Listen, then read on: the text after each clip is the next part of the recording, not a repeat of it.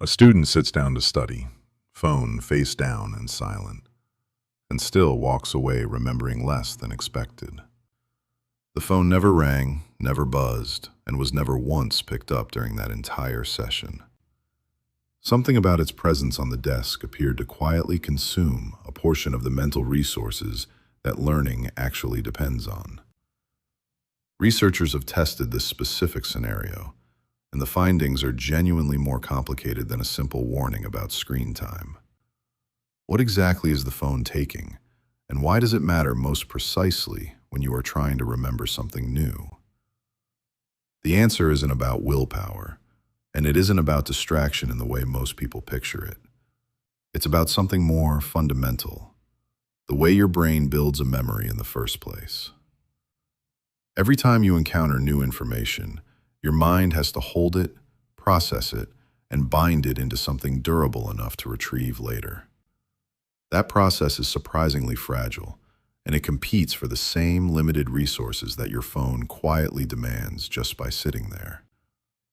Understanding why that competition matters means understanding what memory actually requires to form. Nothing you experience becomes a memory automatically. Your brain has to build it. That construction starts in a region called working memory, a temporary mental workspace where incoming information is held, examined, and connected to what you already know. Think of it as a small, bright room where your mind does its most important work. Every concept you read, every equation you follow, every argument you trace has to pass through that room before it can go anywhere permanent. The technical name for that passage is encoding, and encoding is not passive. It demands active mental effort from you. When encoding succeeds, the brain consolidates the new material into long-term storage, where it can later be retrieved under pressure, in an exam, in a meeting, in a conversation that actually matters. When encoding is interrupted or shallow, the material never fully arrives, and retrieval later feels like reaching for something that was never quite put down. That workspace at the center of this process is smaller than most people assume. That process of encoding, moving information from the moment into something durable, runs through a single, narrow channel. Working memory is the mental workspace where you hold an idea just long enough to do something with it. It's not a storage room. It's more like a whiteboard that only fits about 4 items at once. When you read a sentence and connect it to the one before, working memory is doing that work in real time. When you follow a logical argument across several steps, each step has to stay active while you process the next one. The capacity isn't just small, it's fixed. And no amount of effort or caffeine changes that ceiling. So what happens when something else demands a share of that space? The whiteboard doesn't expand to fit the new demand. It drops something to make room. That dropped piece of information doesn't move to long-term memory. It simply disappears. You can feel this when a distraction hits mid-sentence and the thought you were building just dissolves. The question is, what kinds of demands are quietly competing for that space before you even notice them? The interruption doesn't have to be long to do real damage to your concentration. A single notification, even one you choose to ignore, pulls your attention toward the phone and away from the material you're encoding. Working memory, already running near its limit, has to drop something to process that intrusion. Researchers call the recovery period after an interruption resumption lag, and studies put it anywhere from 1 to 23 minutes, depending on how deeply you were focused. That's not a rounding error. That's an entire study session lost to a single buzz. The act of checking is even costlier, because now you're not just glancing, you're switching tasks entirely. Task switching forces your brain to unload one mental context and reload another, and that reload is never clean or instant. Each switch leaves a residue of the previous task competing for the same limited cognitive space. So the material you were building in working memory starts to degrade before it ever reaches long-term storage. And here's what makes this harder to solve than it first appears. Even when you put the phone face down and silence every alert, the question of whether it's still costing you something remains genuinely open. Notifications are the obvious villain, but researchers started asking a harder question a few years ago. What if the phone doesn't have to buzz, light up, or make a sound to cost you something? The hypothesis is specific. Just knowing your phone is nearby may generate low-level anticipatory thoughts that quietly occupy working memory. You're not checking it. You're not thinking about it consciously. But some fraction of your attention is held in reserve, waiting. That waiting has a name in cognitive psychology. It's called attentional capture, and it doesn't require a trigger to begin.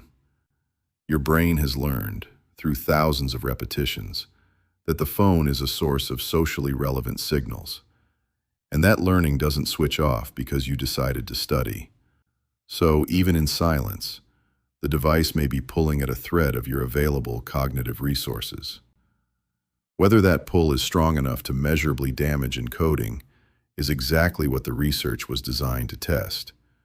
And the answer is less clean than you might expect. The 2017 Ward study that launched this conversation found real, measurable costs to having a phone on the desk. And those findings were striking enough to travel far beyond academia. But the replication record is messier than the headlines suggested, and you deserve to know that. Several follow-up studies found smaller effects that disappeared when researchers controlled for how much participants already relied on their phones emotionally.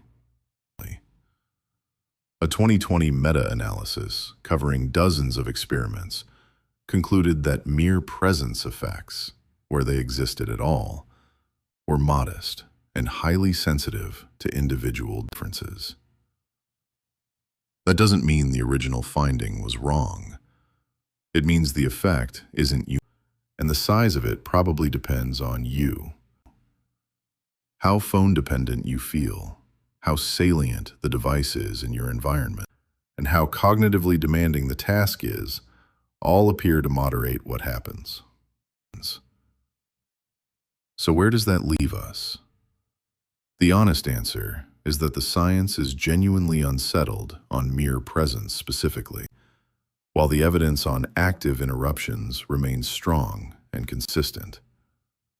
Uncertainty about the exact mechanism doesn't dissolve the practical question of what conditions give your memory the best chance to encode what you're trying to learn.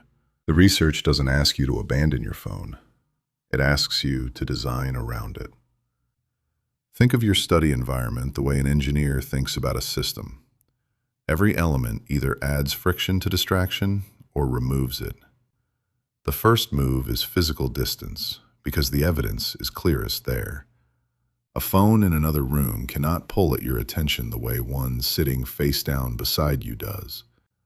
The second is notification silence, not just vibration off, but full do not disturb. So anticipated interruptions stop competing for your working memory before they arrive. Third, if the phone must stay close, place it face down inside a bag or drawer, out of your sightline entirely, because even peripheral visibility carries a measurable cost. Fourth, batch your check-ins deliberately. Decide in advance that you'll look at messages after a focused block ends, so your brain stops holding that loop open. Fifth, tell the people around you what you're doing, holding that loop open. Fifth, tell the people around you what you're doing. None of these steps requires iron willpower. They work by changing the environment so that willpower barely enters the equation. Now consider running a small personal experiment. One study session with your phone nearby, one with it genuinely removed, and the same material tested afterward to see what your own recall actually shows. So here is the experiment worth running yourself, tonight. with 2 study sessions back to back. First session, phone on the desk, face down, silent. Then test your recall on whatever you studied. Second session, phone in another room entirely, same material, same duration. Then test again. The difference you measure is the answer that matters most to you personally. What this investigation has shown is that interruptions genuinely cost you in coding, and working memory has hard limits that distraction eats into directly. The mere presence effect remains contested, but the honest read is that uncertainty is not the same as safety. Every cognitive resource your brain spends monitoring a silent device is a resource it cannot spend building the memory you came to build. You already know how to study. The question is whether your environment is letting you. This has been the Human Operating System at humanos.fm.